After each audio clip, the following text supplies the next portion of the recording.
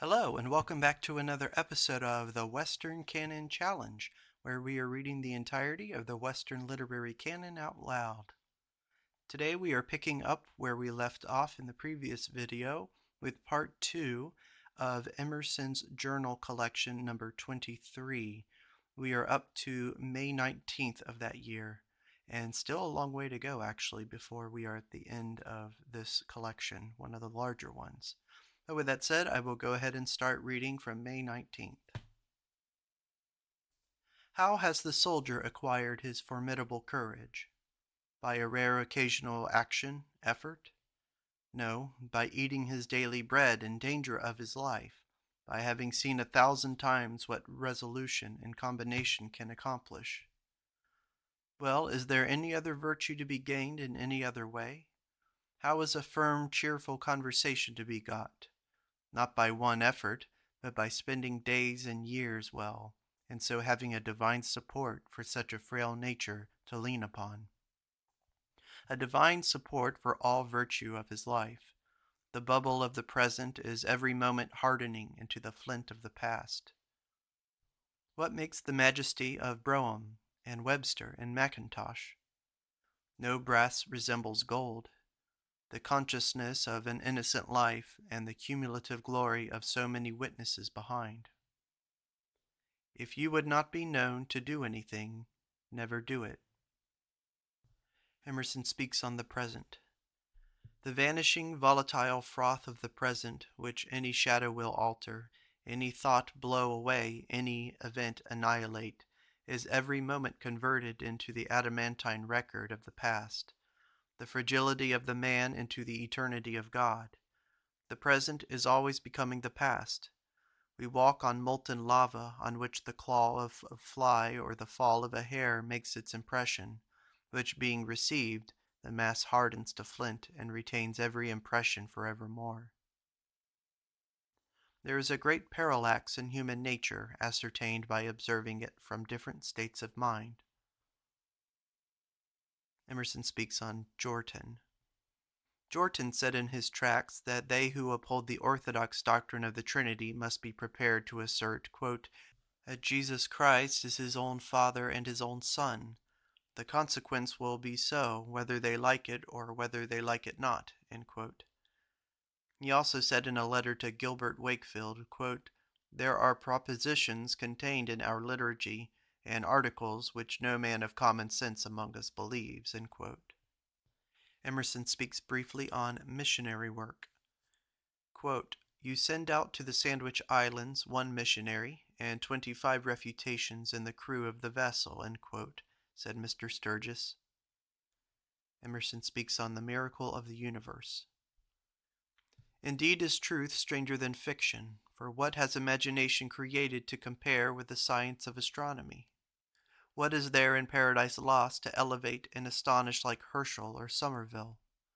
The contrast between the magnitude and duration of the things observed and the animalcule observer.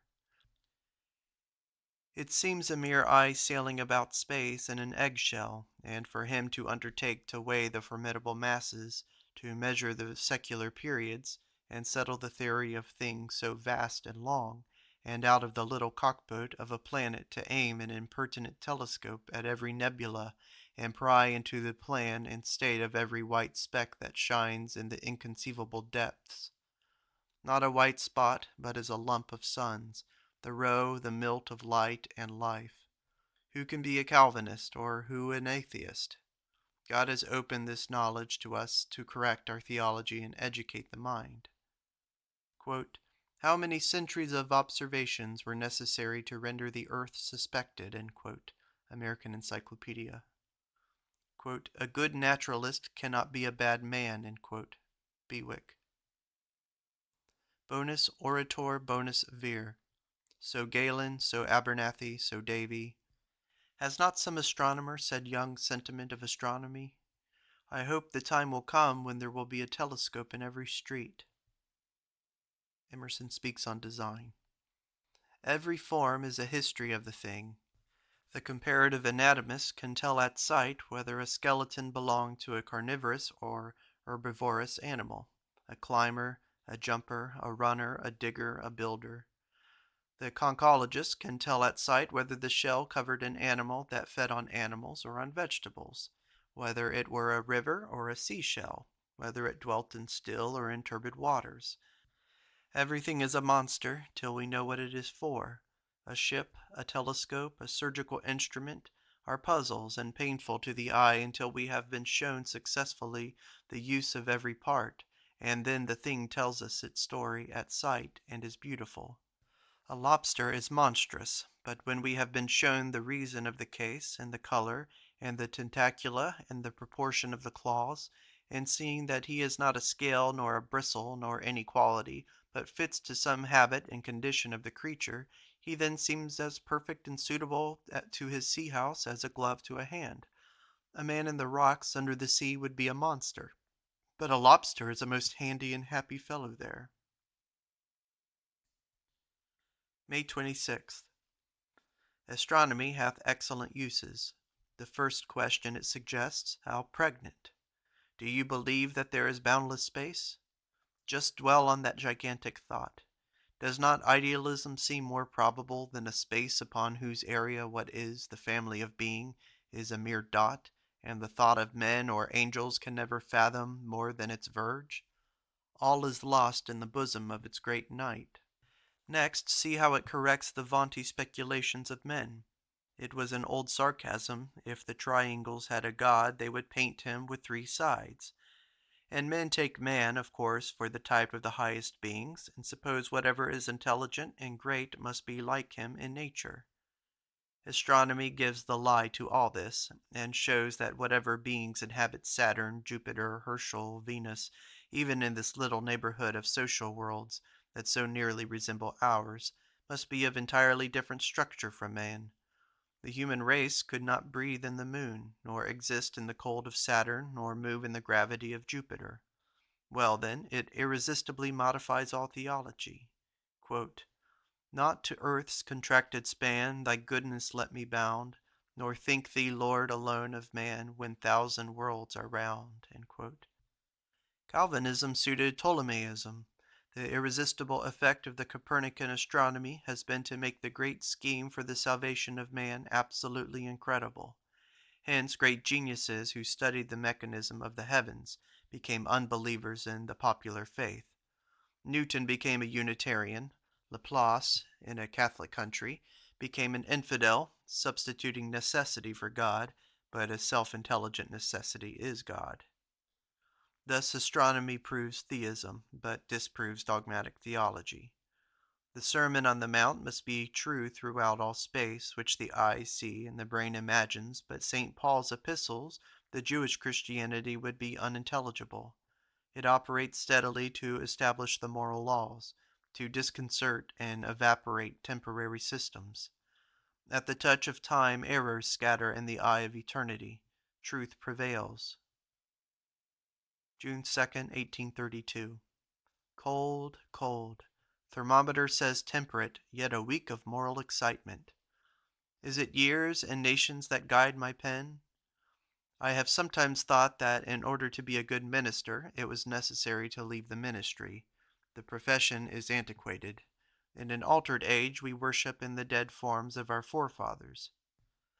Were not a Socratic paganism better than an effete, superannuated Christianity? Does not every shade of thought have its own tone, so that wooden voices denote wooden minds? Whatever there is of authority in religion is that which the mind does not animate. Conway, New Hampshire, July 6th.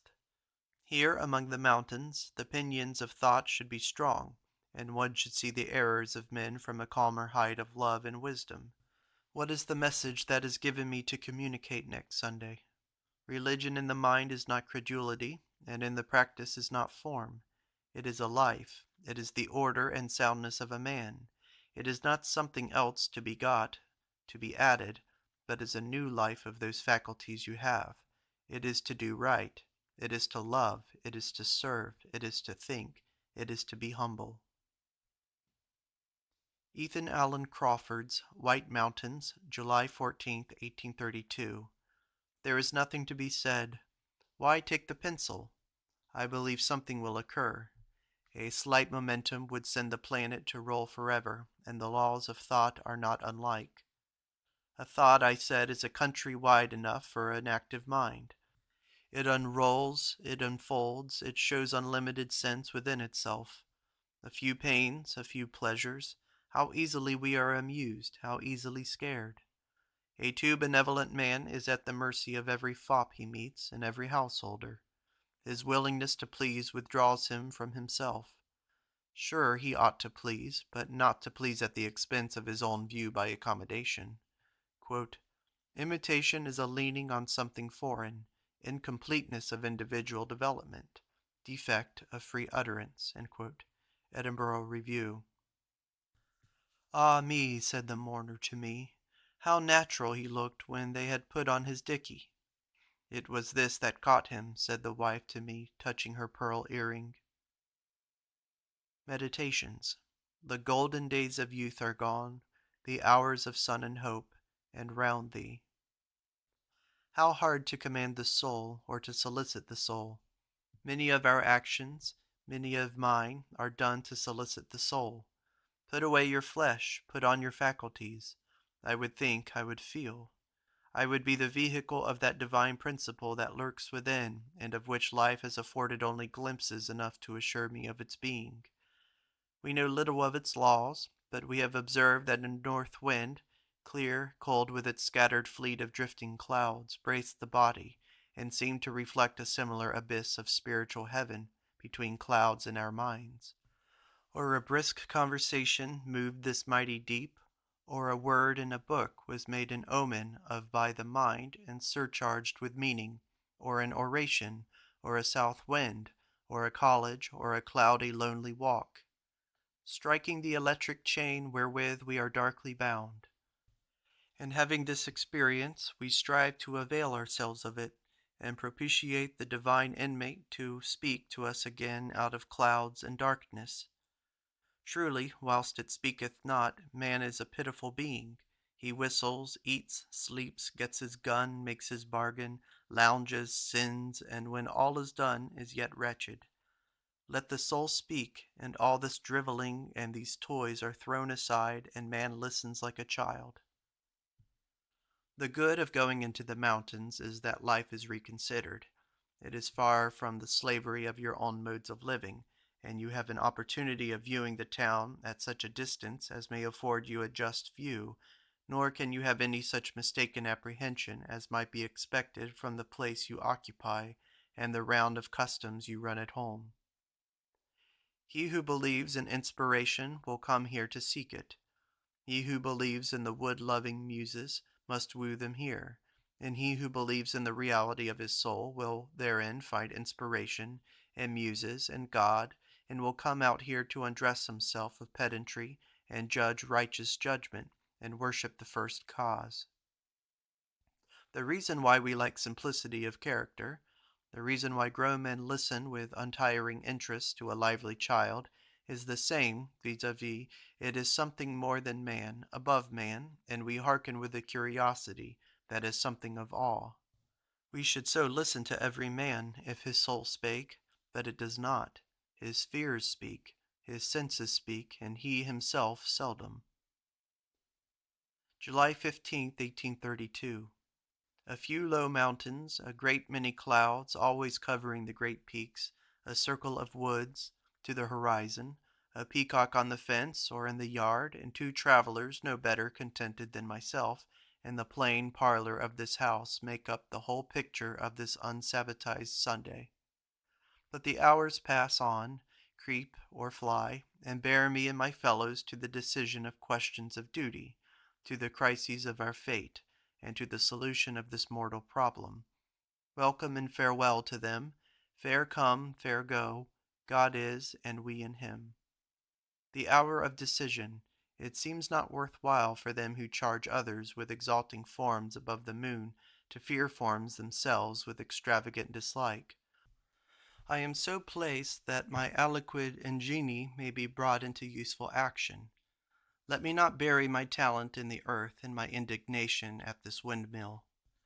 But though the thing may be useless and even pernicious, do not destroy what is good and useful in a high degree, rather than comply with what is hurtful in a small degree. The communicant celebrates on a foundation either of authority or of tradition an ordinance which has been the occasion to thousands, I hope to thousands, of contrition, of gratitude, of prayer, of faith, of love, and of holy living. Far be it from any of my friends, God forbid it be in my heart, to interrupt any occasion thus blessed of God's influences upon the human mind. I will not, because we may not all think alike of the means, fight so strenuously against the means as to miss of the end which we all value alike. I think Jesus did not mean to institute a perpetual celebration, but that a commemoration of him would be useful. Others think that Jesus did establish this one. We are agreed that one is useful, and we are agreed, I hope, in the way in which it must be made useful, vis-a-vis by each one's making it an original commemoration. I know very well that it is a bad sign in a man to be too conscientious and stick at gnats. The most desperate scoundrels have been the over-refiners. Without accommodation, society is impracticable. But this ordinance is esteemed the most sacred of religious institutions, and I cannot go habitually to an institution which they esteem holiest with indifference and dislike. Emerson speaks on George Fox. George Fox, born 1624, son of a weaver, was put out to a shoemaker, and for him tended sheep. In 1643 to 1644, he began his wanderings, dressed always in leather clothing for strength's sake, and suffering much from hunger, thirst, want of lodging, imprisonment, and abuse. He taught that the Scriptures could not be understood but by the same Spirit that gave them forth. Rails had been built about the communion table in churches about blank, and the house in which the Episcopalians worshipped, of course, was only called the church. These things moved George's indignation very much. He called them steeple houses, and on almost all occasions preferred to preach out of doors. When the church was manifestly the only convenient place, he went in. He told the priest that he was no man-made priest. Quote, "The visible," he said, "covereth the invisible sight in you." Quote, "It pleased the Lord to show him that the nature of those things which were hurtful without were also within in the minds of wicked men, and that the natures of dogs, swine, vipers, etc., and those of Cain, Ishmael, Esau, Pharaoh, etc., were in the hearts of many people. But since this did grieve him, he cried to the Lord, saying, Why should I be thus, seeing I was never addicted to commit those evils? And inwardly it was answered him that it was needful he should have a sense of all conditions. Quote, About that time it happened that walking in the town of Mansfield by the steeple house side, it was inwardly told him, That which people trample upon must be thy food. And at the saying of this it was open to him, and it was the life of Christ people did trample on, and that they fed one another with words, without minding that thereby the blood of the Son of God was trampled under foot. Sewell, Volume 1. Thoroughly consistent he was, how much more than other reformers. A consistent reformer, the natural growth by reaction of a formal church. Words, words, ye feed on one another with words, he said. He would have the substance of religion seen and obeyed. All his prophetic rhapsodies are directed at some moral offense. They put him in prison. He saw the evils of the jail, and laid before the judges what a hurtful thing it was that prisoners should lie long in jail because they learned wickedness one of another in talking of their bad deeds, and that therefore speedy justice ought to be done. He also wrote to them about the evil of putting to death for stealing. From Fox's Life. In jail there was a conjurer who threatened to raise the devil and break the house down, but George went to him and said, Come, let us see what thou canst do, and do thy worst. The devil is raised high enough in thee already, but the power of God chains him down. At the undaunted speech the fellow slunk away. They gave him liberty to walk a mile from jail, hoping he would escape. Socrates-like, he would not. They offered him bounty if he would serve against Charles. He said his weapons were not carnal. A band of volunteers chose him their captain. Still, he refused. Colonel Blank threatened to kill the Quakers. Quote, "Here's my hair," said Fox. "Here's my cheek, and here's my shoulder." The colonel and his companion stood amazed and said, "If this be your principle, as you say, we never saw the like in our lives." To which Fox said, "What I am in words, I am the same in life." Practical good sense he had when, at the request of someone, he lay down on a bed to refute the rumor that he had never slept in a bed, a reformer putting ever a thing for a form. "My allegiance," he said, "doth not consist in swearing, but in truth and faithfulness." Swedenborg considered the visible world and the relation of its parts as the dial plate of the invisible one, quoted in New Jerusalem magazine for July 1832. Emerson speaks on God. "I have complained that the acknowledgment of God's presence halts far behind the fact. What is it intended to be but the tribute to one without whose warnings no tribute can be paid, for no tributary can be? One without whom no man or beast or nature subsists, one who is the life of things, and from whose creative will our life and the life of all creatures flows every moment, wave after wave, like the successive beams that every moment issue from the sun. Such is God, or he is nothing. What is God but the name of the soul at the center by which all things are what they are, and so our existence is proof of his? We cannot think of ourselves and how our being is intertwined with his without awe and amazement." August 11th. The truth is not injured nor touched, though thousands of them that love it fall by the way. Serene, adorable, eternal it lives, though Goethe, Mackintosh, Cuvier, Bentham, Hegel die in their places, which no living man can fill. Emerson speaks on repairs. The errors that the moon and earth make in the heavens in a long period of time, an equal period, repairs.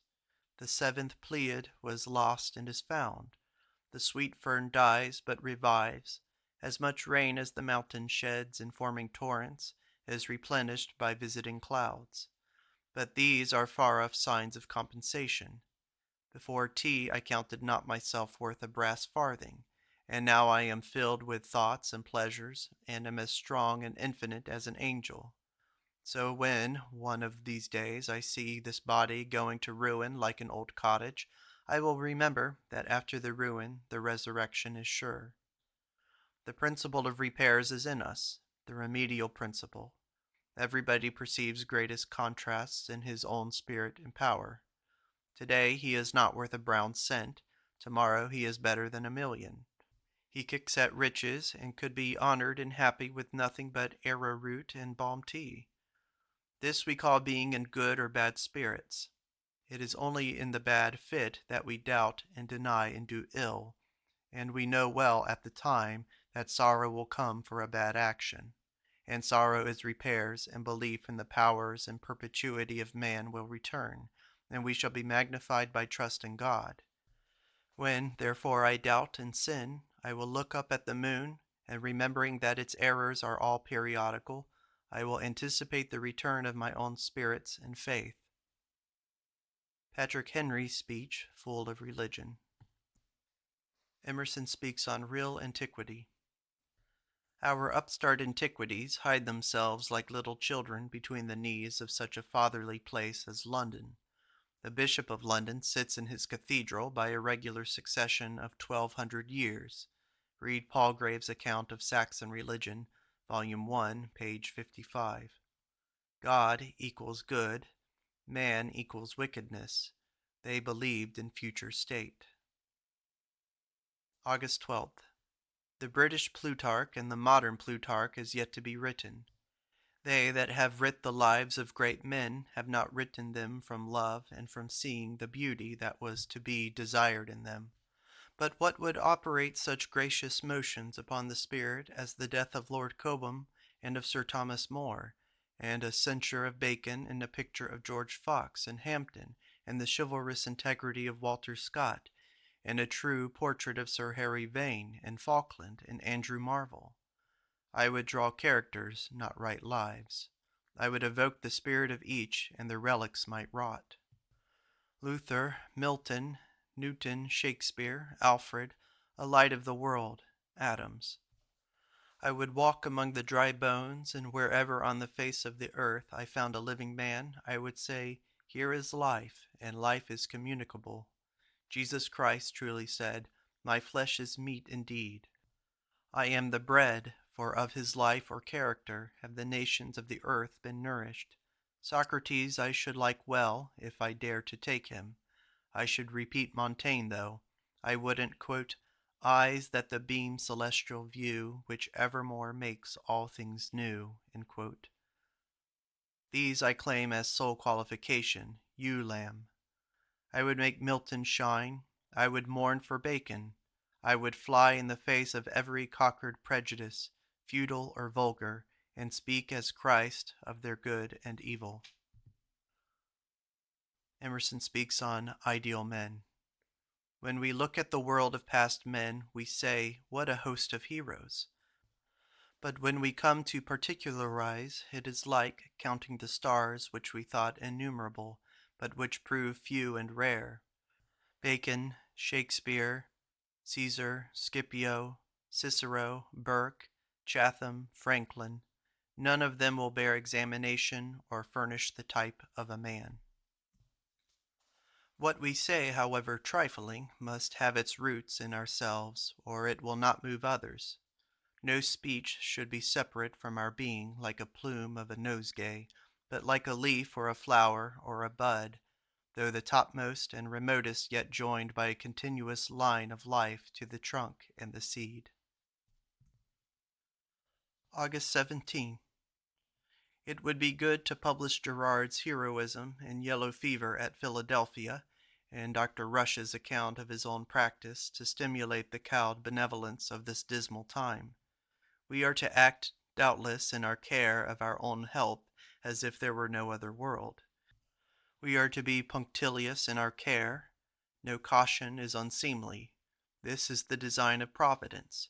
But we are to recognize in every instant of this creeping solicitude that happy is the lot of those to whom the unspeakable secrets of the other state are disclosed. When our own hour comes, when every medicine and means has been exhausted, we are then to say to the angel, "Hail, all hail," and pass to whatever God has yet to reveal to the conscious spirit. Why should we dread to die, when all the good and the beautiful and the wise have died, and earth holds nothing so good as that which it has lost? But oh, let life not be valued, when that which makes the value of life is lost. It is only a clean conscience, the knowledge that we are beloved by our friends, and deserve to be beloved, that can persuade an honorable mind to pray that its being may be prolonged an hour. But to outlive your own respect, to live when your acquaintance shall shrug their shoulders, and count it a disgrace to you the breath that is yet in your nostrils, I shall be glad to be told what is the pleasure, what is the profit, that is worth buying at such a price. August 18th. To be genuine. Goethe, they say, was wholly so. The difficulty increases with the gifts of the individual. A ploughboy can be, but a minister, an orator, an ingenious thinker, how hardly. George Fox was, quote, "what I am in words," end quote. He said, "I am the same in life." Swedenborg was, "My writings will be found," he said, "another self." George Washington was, the irreproachable Washington. Whoever is genuine, his ambition is exactly proportioned to his powers. The height of the pinnacle determines the breadth of the base. August 19th. Reverence man and not Plato and Caesar. Wherever there is sense, reflection, courage, admit it to the same honor. Embrace it. Quote it from a truckman as quick as from Webster. If you cannot get the habit of seeing qualities except in the great, if anything new should spring up, it will be lost to you. Socrates, says Montaigne, makes his soul move in natural and common motion. A country peasant said this, a woman said that. He has done human nature a great kindness in showing it how much it can do of itself. We are all of us richer than we think we are, but we are taught to borrow and to beg, and brought up more to make use of what is another's than our own. He was content to stand by and let reason argue for him. Then there is a Latin quotation from Seneca, which is not translated. The sublime of morals seems ever to be of this kind, frail man intimating this defiance of the universe and gathering himself into his shell. Every grand sentiment of religion, far as it flies, comes back to self.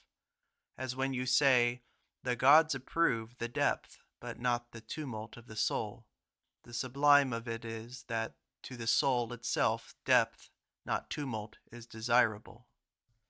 When you say, Jupiter prefers integrity to charity, your finest meaning is, the soul prefers, etc. When Jesus saith, He that giveth one of these little ones a cup of cold water shall not lose his reward, is not the best meaning the love at which the giver has arrived? Every plant which my heavenly Father has not planted shall be rooted up. Everything is transitory, but what hath its life from the interior of the soul? And so on through the New Testament. There is not a just or grand thought, but is made more round and infinite by applying it to the soul considered as the universe, living from God within. Consider the sense of such propositions as, the pure in heart shall see God. Is not then all objective theology a discipline, an aid to the immature intellect until it is equal to the truth and can poise itself? Yet God forbid that I should one moment lose sight of his real eternal being, of my own dependence, my nothingness, whilst yet I dare hail the present deity at my heart.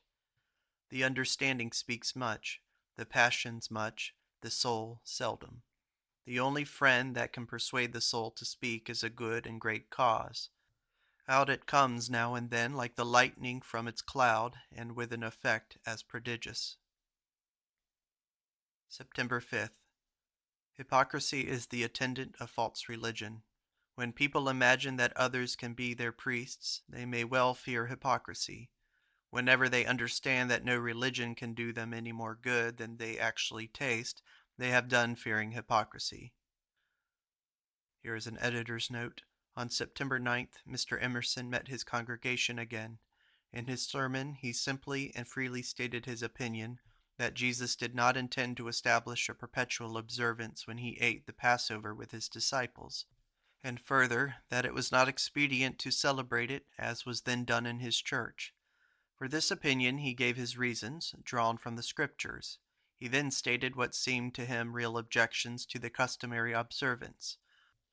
Finally, since the changes he had proposed had not recommended themselves to the worshippers at the second church, he resigned his pastoral charge, because, he said, it is my desire in the office of a Christian minister to do nothing which I cannot do with my whole heart.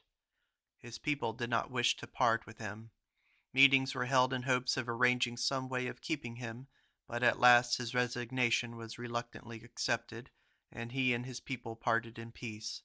See sermon on the Lord's Supper and Miscellanies, also Cabot's and Holmes's Memoirs of Emerson. September 14th. The true doctrine respecting forms is this, is it not? That Christianity aims to form in a man a critical conscience, and that being formed, he is constituted a judge, the only and absolute judge, of every particular form that the established religion presents to him. The discretion he exercises is like the discretion of the bench, which hath nothing arbitrary. Every man feels the strain of duty in a different place. Lowell in Domiciliaries, I in Paranetics. Quote, think of living, end quote, Goethe. Don't tell me to get ready to die. I know not what shall be. The only preparation I can make is by fulfilling my present duties. This is the everlasting life. To think of mortality makes us queasy. The flesh creeps at sympathy with its kind. What is the remedy? to ennoble it by animating it with love and uses. Give the soul its end to pursue, and death becomes indifferent. It saith, What have I to do with death? The vice of Calvinism has been to represent the other world wholly different from this, so that a preparation to live in this was all lost for that. I would very temperately speak of future delights, employments, solely from the prophecy of the powers that are immortal. Not by description to captivate, for the impenetrable veil, not to be lifted, has been shut down for that reason, to confine us to the present, where all duty and excellence for us lies. Then there is a Latin quotation without translation. Truth and virtue teach the same thing. It is in being good to wife and children and servants that the kingdom of heaven begins. It is in setting punctually with your tailor, and not holding out false hopes to young men. It is not overpraising your goods or underrating your debtor's goods. It is in forming your own judgment upon questions of duty. It is in preferring a just act to a kind one, and a kind act to a graceful one. It is in thus trying your powers, and bringing out each one in order, until the whole moral man lives and acts and governs the animal man. It is no argument against the future state, the ignorance of man, no more than the lifelessness of the egg is a proof that it shall not be a bird, or the want of intelligence in the human embryo a proof that it shall not be a reasoning, speaking man. But this ignorance is argument as significant as a visible finger out of the sky, that we should not fabricate a heaven in our heads, and then square life to that fiction. These powers, and these powers alone, contain the revelation of what you can do and can become. It is writ in no book. It can never be foretold or imagined. Theirs is your secret. They are your heaven, or they are your hell. And their hell shall be whatever part of heaven you miss of. In other words, it is the perversion of a good power that makes your misfortunes. September 17th. I would gladly preach to the demigods of this age, and why not to the simple people, concerning the reality of truth and the greatness of believing in it and seeking after it. It does not shock us when ordinary persons discover no craving for truth and are content to exist for years exclusively occupied with the secondary objects of house and lands and food and company, and never cast up their eyes to inquire whence it comes and what it is for, wholly occupied with the play, and never ask after the design. But we cannot forgive it in the blanks and blanks that they who have souls to comprehend the magnificent secret should utterly neglect it, and seek only huzzas and champagne. My quarrel with the vulgar great men is that they do not generously give themselves to the measures which they meddle with. They do not espouse the things they would do, live in the life of the cause they would forward, and faint in its failure. But they are casting sheep's eyes ever upon their own by-ends. Their pert individuality is ever and anon peeping out to see what way the wind blows, and where this boat will land them, whether it is likely they will dine nicely and sleep warm. That for the first thing, that choosing action rather than contemplation, they only half act. They only give their hands or tongues, and not themselves to their works. My second charge against them is, that they lack faith in man's moral nature. They can have no enthusiasm for the deep and infinite part of man, out of which only sublime thought and emotions can proceed, is hid from them. Socrates believed in man's moral nature, and knew and declared the fact that virtue was the supreme beauty. He was capable, therefore, of enthusiasm. Jesus Christ existed for it. He is its voice to the world. Phocion felt it, recognized it, but was a man of action, true in act to this conviction. Luther, More, Fox, Milton, Burke, every great man, every one with whose character the idea of stability presents itself, had this faith. The true men are ever following an invisible leader, and have left the responsibleness of their acts with God. But the artificial men have assumed their own bonds, and can fall back on nothing greater than their finite fortunes.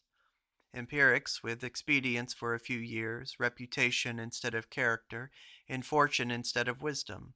The true men stand by and let reason argue for them. I talk with Samson and see it is not him, but a greater than him. My Father is greater than I. Truth speaks by him. Can my friend wish a greater eulogy?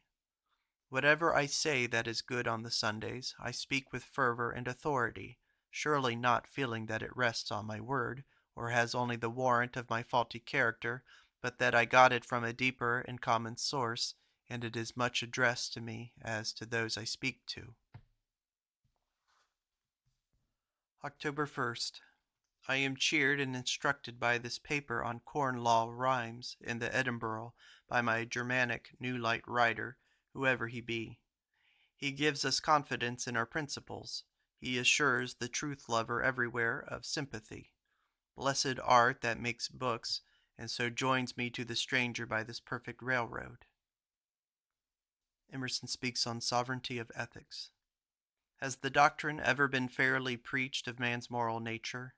The whole world holds on to formal Christianity, and nobody teaches the essential truth, the heart of Christianity, for fear of shocking, etc. Every teacher, when once he finds himself insisting with all his might upon a great truth, turns up the ends of it at last with a cautious showing how it is agreeable to the life and teachings of Jesus, as if that was any recommendation, as if the blessedness of Jesus' life and teachings were not because they were agreeable to the truth. Well, this cripples his teaching. It bereaves the truth he inculcates of more than half its force by representing it as something secondary that can't stand alone. The truth of truth consists in this, that it is self-evident, self-subsistent. It is light. You don't get a candle to see the sun rise. Instead of making Christianity a vehicle of truth, you make truth only a horse for Christianity. It is a very operose way of making people good. You must be humble because Christ says, be humble. But why must I obey Christ? Because God sent him. But how do I know God sent him? Because your own heart teaches the same thing he taught. Why then shall I not go to my own heart at first? October 2nd. It well deserves attention what is said in New Jerusalem magazine concerning external restraint. It is awful to look into the mind of man and see how free we are, to what frightful excesses our vices may run under the whited wall of a respectable reputation. Outside, among your fellows, among strangers, you must preserve appearances. 100 things you cannot do, but inside, the terrible freedom. October 9th. I teach by degrees, says Landor's Epicurus. It is not the will, but the necessity of the wise. None are wise enow to teach otherwise. All this pedantry about the people's not bearing the whole truth, what else does it mean than that the teacher has not arrived at the safe, that is, the true statement of the particular doctrine which he would oppose to the ruling error? He knows in general there is an error. He has not found its boundary lines. All our art is how to use what the good God provides us. There is water enough. We are only so to shape aqueducts as to bring it to our door. There is air enough. We must only so build as that it shall ventilate our house. So with man's education. There is truth enough. Only open the mind's door and straighten the passages. There are men enough. Only so place yourself to them in true position and rapport. In other words, by amity as to suck the sweetness of society. There is power and happiness enough. Here's a poem. I will not live out of me. I will not see with others' eyes. My good is good, my evil ill. I would be free. I cannot be while I take things as others please to rate them. I dare attempt to lay out my own road. That which myself delights and shall be good. That which I do not want, indifferent. That which I hate is bad. That's flat. Henceforth, please God, forever I forgo the yoke of men's opinions. I will be light-hearted as a bird and live with God. I find him in the bottom of my heart. I hear continually his voice therein. And books and priests and worlds I less esteem. Who says the heart's a blind guide? It is not. My heart did ever counsel me to sin.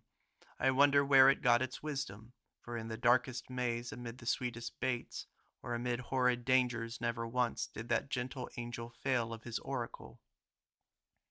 The little needle always knows the north, the little bird remembereth his note, and this wise seer never errs. I never taught it what it teaches me, I only follow when I act aright. Whence then did this omniscient spirit come? From God it came, it is the deity. October 13th. Quote, if thou lovest true glory, thou must trust her truth. Quote, she followeth him who doth not turn and gaze after her. Landor.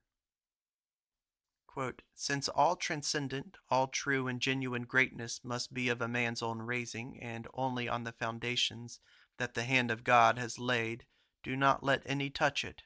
Keep them off civilly, but keep them off. Landor. October 13th. Exhortations and examples are better than psalms and sermon. We have thoughts, but we don't know what to do with them. Materials, but we can't manage or dispose. We cannot get high enough above them to see their order and reason. We cannot get warm enough to have them exert their natural affinities and throw themselves into crystal. We see a new sect devoted to certain ideas, and we go to individuals of it to have them explained. Vain expectation. They are possessed with the ideas, but do not possess them. Chardon Street, October 14th, 1832. The great difficulty is that men do not think enough of themselves, do not consider what it is that they are sacrificing when they follow in a herd or when they cater for their establishment. They know not how divine is a man. I know, you say, such a man thinks too much of himself. Alas, he is wholly ignorant. He yet wanders in the outer darkness, in the skirts and shadows of himself, and has not seen his inner light. Would it not be the next of a useful discourse to young men that every man must learn in a different way? How much is lost by imitation? Our best friends may be our worst enemies. A man should learn to detect and foster that gleam of light which flashes across his mind from within far more than the luster of the whole firmament without. Yet he dismisses without notice his peculiar thought because it is peculiar. The time will come when he will postpone all acquired knowledge to the spontaneous wisdom, and will watch for his illumination more than those who watch for the morning. For this is the principle by which the other is to be arranged. This thinking would go to show the significance of self-education, that in reality there is no other, for all other is not without this. A man must teach himself, because that which each can do best, none but his Maker can teach him. No man yet knows what it is, nor can, till that person has exhibited it. Where is the master that could have taught Shakespeare? Where is the master that could have instructed Franklin, or Washington, or Bacon, or Newton? Every great man is unique. The scriptionism of Scipio is just that part he could not borrow. Every man comes at the common results with most conviction in his own way. But he only uses a different vocabulary from yours. It comes to the same thing. An imitation may be pretty, comical, popular, but it never can be great.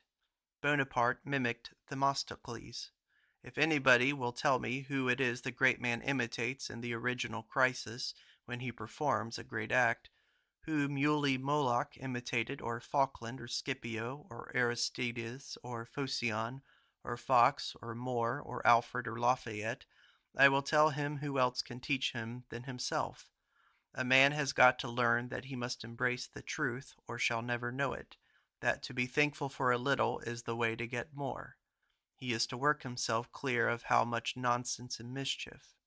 He is to learn, like the Persian, to speak the truth. Emerson writes on thought and speech. Do you say that a mechanic must attend to language and composition? You are looking the wrong way and seeking the source in the river. Strong thinking makes strong language. Correct thinking, correct speech. Emerson speaks on Nothing Within. S. gave a sad definition of his friend in saying he resembled a nest of Indian boxes, one after the other, each a new puzzle, and when you come to the last, there is nothing in it. So with each man a splendid barricade of circumstances, the renown of his name, the glitter of his coach, then his great professional character. Then comes another fine shell of manners and speech, but go behind all these, and the man, the self, is a poor, shrunken, distorted, imperceptible thing. October 17th. The surveyor goeth about taking questions to serve as the points of his angles, and thereby afterwards he finds the place of the mountain.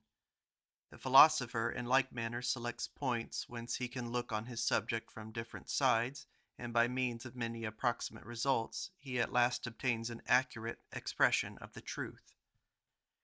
That statement only is fit to be made public which you have got at in attempting to satisfy your own curiosity. For himself, a man only wants to know how the thing is. It is for other people that he wants to know what may be said about it. October 19th. Landor says, "The true philosophy is the only true prophet." May I not add, the whole future is in the bottom of the heart. Young Stilling said of Goethe, "The man's heart, which few know, is as true and noble as his genius, which all know." If Carlyle knew what an interest I have in his persistent goodness, would it not be worth one effort more, one prayer, one meditation? But will he resist the deluge of bad example in England? One manifestation of goodness in a noble soul brings him in debt to all their beholders, that he shall not betray their love and trust which he has awakened. Memorandum, Fraser's Magazine, Volume 3, March 1831, Carlyle's Notice of Schiller. Mr. N.K.G. Oliver died on board U.S. ship Potawatomi, Commodore Downs. He was Commodore's secretary. The crew subscribed $2,080 for the relief of his destitute family. The sum raised in Boston for the relief of the Cape de Verde Islanders suffering from the famine was about $6,800.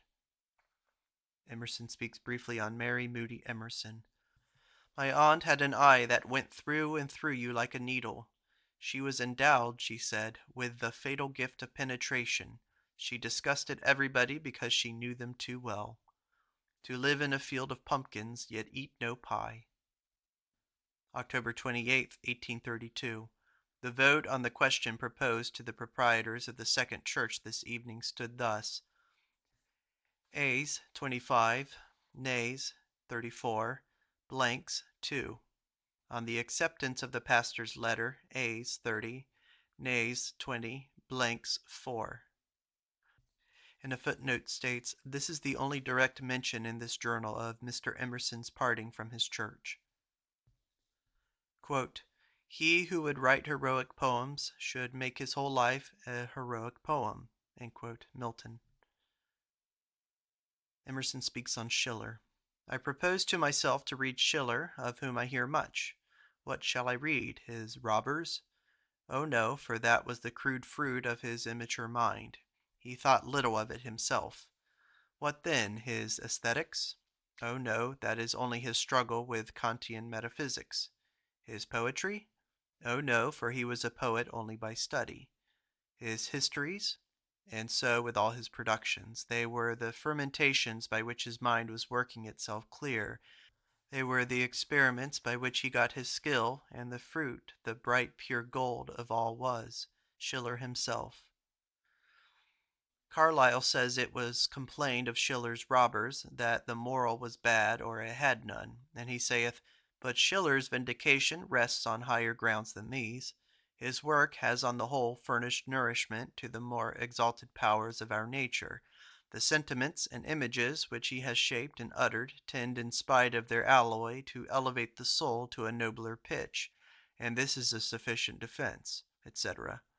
The writer of a work which interests and excites the spiritual feelings of men has as little need to justify himself by showing how it exemplifies some wise saw or modern instance as the doer of a generous action has to demonstrate its merit by deducing it from the system of Shaftesbury or Smith or Paley, or whichever happens to be the favorite system of the age and place. The instructiveness of the one and the virtue of the other exist independently of all systems or saws and in spite of all. Life of Schiller.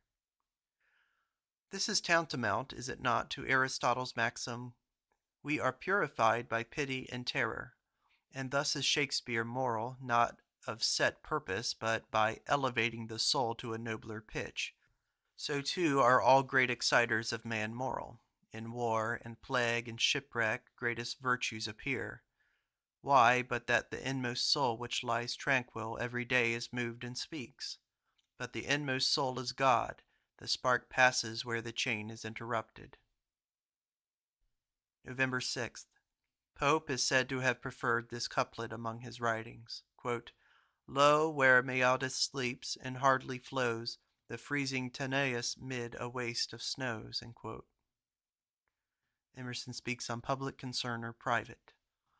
A part of our anxiety for the welfare of the state, that the election should go well, proceeds peradventure from our conscientiousness of personal defeat. If the soul globe itself up into a perfect integrity, have the absolute command of its desires, it is less dependent on other men and less solicitous concerning what they do, albeit with no loss of philanthropy. At least, that is my thought from reading Milton's beautiful vindication of himself from the charge of incontinence and intemperance. See Volume 1, page 239, etc. Yet seemeth it to me that we shall all feel dirty if Jackson is re-elected. November 11th. What is the grief we feel when a man dies? Is it not uneasiness that nothing can be said? He has done nothing. He has been merely passive to the common influences that act on all men. And now that the great endowments proper to every man have passed away from this flesh, we feel that the nothingness of life and character is sad dispraise, and the affectionate expressions of friendship are apologetic. Certainly the feeling would be very different if the departed man had been an earnest self-cultivator, scattering streams of useful influence on every side of him. Then every tear that flowed would be a tribute of eulogy. Friends would not need to say anything, his acts would speak for him. They would keep a proud silence, a rich consolation would shine in all eyes. But now let our tears flow for the vanity of man, for the poor issues of a God's charity. November 13th. We think so little that we are always novices in speculation. We think so little that every new thought presented to us, even every old thought in a new dress of words, takes us by surprise, and we are thus at the mercy of Goethe, Kant, Cousin, Mackintosh, and even of Burton. If, from their natural center, our thoughts had taken a natural arrangement by frequent and free exercise, we should detect the falsehood at sight in whatever was proposed to us on all the primary questions.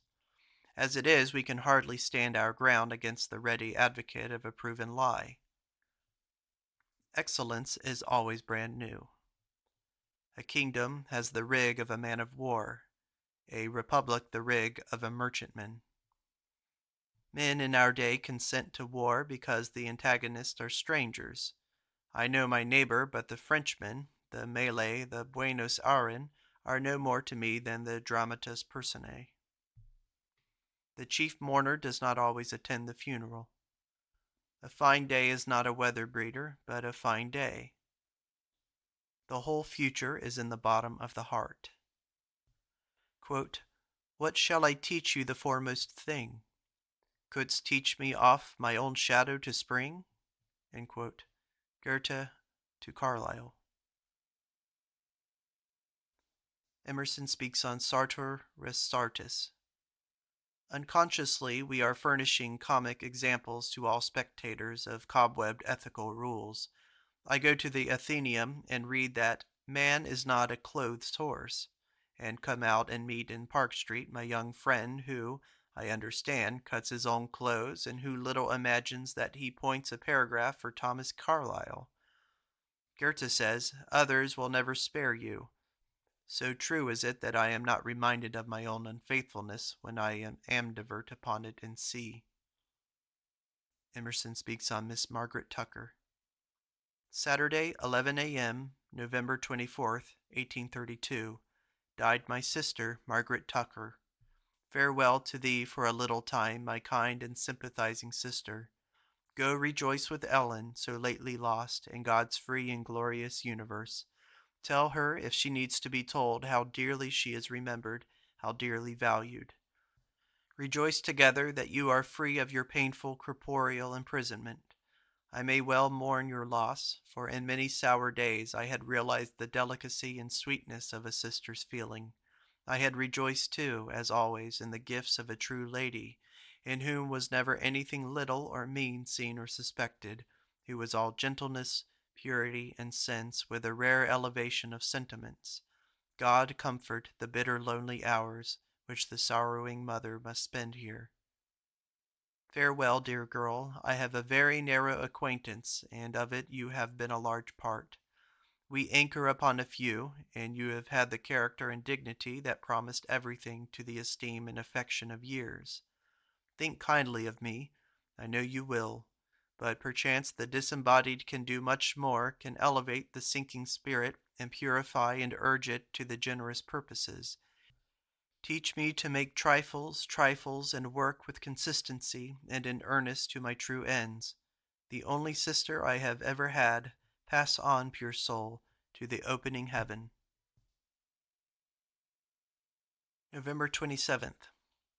Instead of lectures on architecture, I will make a lecture on God's architecture, one of his beautiful works, a day.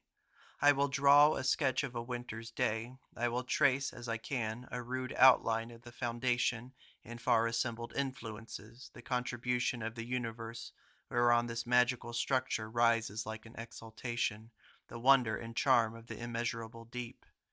The bed of a day is eternity, the ground plan is space, the account of its growth is astronomy.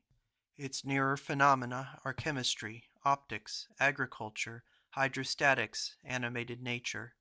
It ends again in astronomy when it has carried forward by its few rounded hours the immense beneficence. This magic lanthorn was fresh pictures, this microcosm, this bridle of the earth and sky. This God's wonder we cannot take to pieces like a machine, but we may study its miracles apart one at a time and learn how to find the whole world, and every one of its pebbles a tongue. The snow is a self-weaving blanket with which the parts of the globe exposed to the cold cover themselves and pile, proportion to their exposure, what time the animated creation in the same parts whiten and thicken their fleeces. The snow crystal, nix columnaris, hexagon, densum velis taciturum aquarum, provision for keeping the waters fluid, immense force of crystallizing water, riveling of granite blocks, powers of the Arctic winter, beneficent effects upon the animal, vegetable, mineral creation, most unknown, defense of trees, vegetable heat, such as last winter, crunching of the snow under the wood sled, domestic effects, pump frozen, thawed by salt, water pitcher cracked, leave it empty, clock too fast, lengthen the pendulum, gloves not thick enough, exchange them for mittens, frost on the windows, wood splits better, and stone worse, cat's back and flannel vest sparkle, flowers, bees, ants, flies, none, but instead the social apple, the breakfast honey, the good proverb, and the flies, plain suited, we are willing to spare, and their cousins, the mosquitoes, that make men draw up the foot. Ice trade, fur trade, and country trade by means of universal railroad, and conservative powers of frost. Fuel wood brought out of the woodlots, game easier procured, lime kiln burned. Games, skating, sledding, snow building, Eskimo hunting with snowshoes. Winter evening, reading, astronomical observations, electricity. India rubber shoes, winter less interesting here than in the north or in the south, but beautiful. Memoranda for the winter's day. Audubon, polar regions, Polehampton, Danielle, Black. The cholera cost the city of New York $110,000 and a vast additional expense to individuals. The holy days are said to cost Spain 7 million sterling a year. December 1st. I never read Wordsworth without chagrin. A man of such great powers and ambition, so near to the Dia Majoris, to fail so meanly in every attempt. A genius that hath epilepsy, a deranged archangel.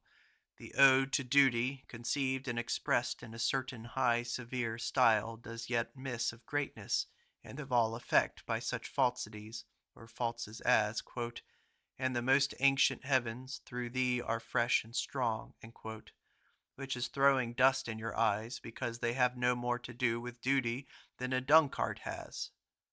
So that fine promising passage about the mountain winds being free to blow upon thee, etc., flats out into me and my benedictions, If he had cut in his dictionary for words, he could hardly have got worse.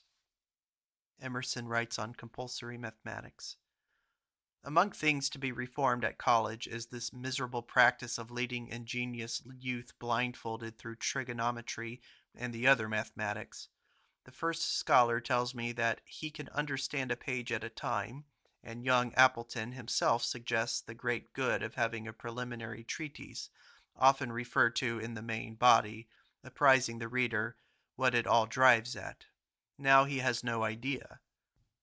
There are two sorts of cui bono, however. If the boy sees the truth and the beauty of the problem, he may well remain ignorant and indifferent for a time as to its practical applications. But if he discern neither necessary truth nor utility, he has got stone for bread. Teach me, said the young Syracusan to Archimedes, the divine art by which you have saved your country. Divine, do you call it? Said Archimedes. It is indeed divine, but so it was before it saved the city. He that woos the goddess must forget the woman. None spares another, yet it pleases me that none to any is indifferent. No heart in all this world is separate, but all are cisterns of one central sea. All are mouthpieces of the eternal word. Emerson enters a postscript to A Winter's Day. The good earth, the planet on which we are embarked in making our annual voyage in the unharbored deep, carries in her bosom every good thing her children need on the way, for refreshment, fuel, science, or action. She has coal in the hold, and all meats in the larder, and overhung with showiest awning. The progress of art is to equalize all places. Reindeer, caoutchouc, glass windows, anthracite coal, not stoves, coffee, and books will give Greenland the air and ease of London. Ice, fruits, baths, refrigerators, linen will fan the hot forehead of Cuba to the 56th degree. Dangers, the snowstorm, Captain Perry's frozen men. Degree of cold tolerable to man, 58. Temperature of the celestial spaces. There follows a Greek extract from Pythagoras, which there's no translation given. November 29th. I wrote to George A. Sampson. Are they not two worlds, your solitude and your society? One, heaven, the other, earth. One, real, the other, apparent. And that society is best and unobjectionable, which does not violate your solitude, but permits you to communicate the very same train of thought. And then will our true heaven be entered when we have learned to be the same manner of person to others that we are alone. Say the same things to them. We think alone and to pass out of solitude into society without any change or effort. When an awkward man is alone, he is graceful. All his motions are natural. When a vain man is alone, his thoughts are wise. It is the presence of other people which embarrasses them by over-exciting them, and they do and say ungracious things. The reason is, himself is a peppercorn. His relations to other people are the whole world in his imagination. The only remedy must be from the growth of his true self and its mastering predominance over him, so that the men and things which look so great shall shrink to their true dimensions, as already the house in which we lived and the hills on which we ran in childhood appear smaller than they were. Emerson writes on Miss Margaret Tucker. It is not certainly to gratify any impatience of domestic sorrow by a parade of departed merits that this notice of a worthy woman is offered, but it is offered merely because many wet eyes will look in the obituary and ask if there is no word to be spoken over a dear and honored benefactress, a most gentle and virtuous lady. In the death of Miss Margaret Tucker, one who was fit to be an ornament of society has passed away almost unknown to it. A beloved member of a gifted family, to whom uncommon accomplishments and most attractive manners were the ornament and riches of a most delicate frame, she has spent her few years in retirement.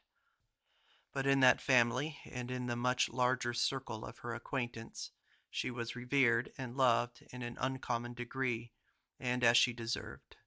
For she possessed the charm and respect that always attaches to a strong sense when united with elevated sentiments. Never was anything little or mean either seen or suspected in her. She was the considerate but most liberal friend of all who needed assistance, and many know how ingeniously sometimes her open hand sought the luxury of beneficence.